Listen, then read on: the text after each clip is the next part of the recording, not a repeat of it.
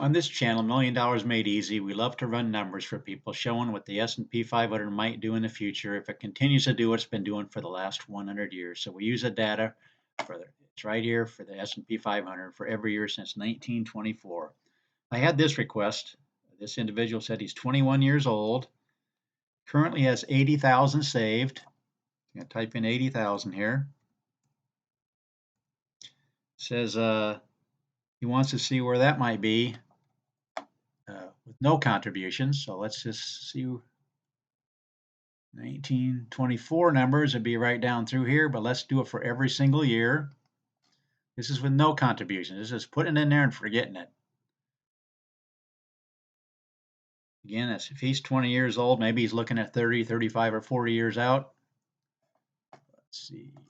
Here's a 30-year column, 1924. There's the 1.2 million right there. And this is for every single year. So if you go down through this column, the minimum you're going to find is 918,000, and not surprisingly, it's 1929. Remember, that's the number that's really, especially when you're starting out with a beginning balance, because it knocked it down. So look at after 4 years, that 80,000 would have been down to 28,000. And so most people don't stay when that's happening. Yet if you stayed in there, look at what you would have after 35 years, $1.468 million. Anyway, that's the minimum. The median in this whole column is 1.722, and the max is 3.80. I also took into account inflation, what that money might be in buying power 30 years later. Maybe he's looking at the 35-year column. You can see you're going out there. But he also wanted me to run it if you contributed $500 a month. So let's go ahead and do that. Let's update this, leaving the 80,000. Of course, that's going to drastically change this from 260,000 you put in, 80,000, and this is going to be 260 now. Let's take a little bit. So the minimum in this column you're going to find is 2 million, the median 2.861, and there's the inflation calculations too. They also wanted me to run it for if you had 150,000. A 22-year-old, he says. I don't know if he's talking about somebody else now or himself or whatever. I'm going to run it both without the contribution and with the contributions to show you the numbers. So beginning with 150,000 rather than 80,000 with no contribution. Again, he's probably considering the 30, 35, and 40-year column if he's 22 years old. And there's the 150,000 all the way across because you're not adding anything.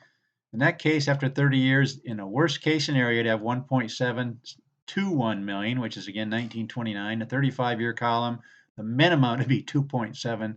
This is without adding a dime. The median 5.69. Again, that's the way we always look at these numbers. So let's go ahead and do the 500 also. I love running numbers for people. This is going to be a whole lot bigger because you got 360,000 you put in after 35 years, 330 after 30 years, and let's see what the numbers show. The 35-year column, the minimum is 5.518 million, the median 8 million. If he just wants to do it for 30 years, the lowest in this column is 3,043,000, which actually isn't 1929. It's a different year. But anyway, the median is $4.2 million. Those are the numbers he wanted me to run. I do want to offer this to him, though. In another video, which I'm going to link to, you can run a lot of these numbers yourself right here. For example, he had, what was his number? What was his numbers again? He had 80,000. You can build this and have your own spreadsheet, so you don't have to ask me to run the numbers for you. First of all, we're not going to have any contribution, and you can just change this year to your heart's content, and it'll show you over here the numbers. Like this is 1980.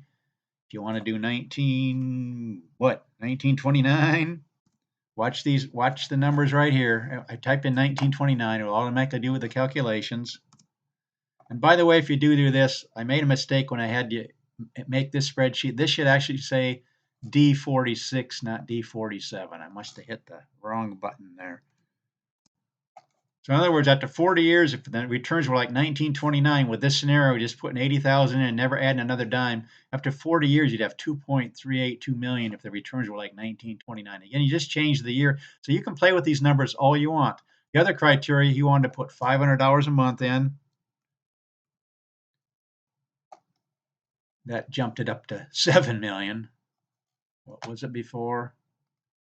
2 million to 7 million. With this $500 a month. And again, you just change the year. You can kind of just change the year and kind of monitor what's going on, and depending on what time period you're looking at. But you can do this once the spreadsheet is built. You can just play with these numbers all day long, whatever you want to do. So I just encourage you to do that, and then you won't have to ask me to run numbers. You'll be able to run the numbers yourself. Now, you won't have it. You won't be able to have this kind of information over here, but everything over here you'll be able to utilize just by changing the numbers like we did right here. You won't be able to do colas, but everything else you can change. And I'll go ahead and link to that video. Again, our channel is called $1,000,000 Made Easy. I wanted to run the numbers for this individual. Please consider subscribing. Please share this video. Please like it. And go ahead and put in the comments if you want me to run numbers for you. And I would highly recommend uh, looking at the video on how to build a spreadsheet, which I'll be linking to. And you can build your own so you can be doing this on your own without even having to ask me. So if that's appealing to you, check out that video. Thanks for watching.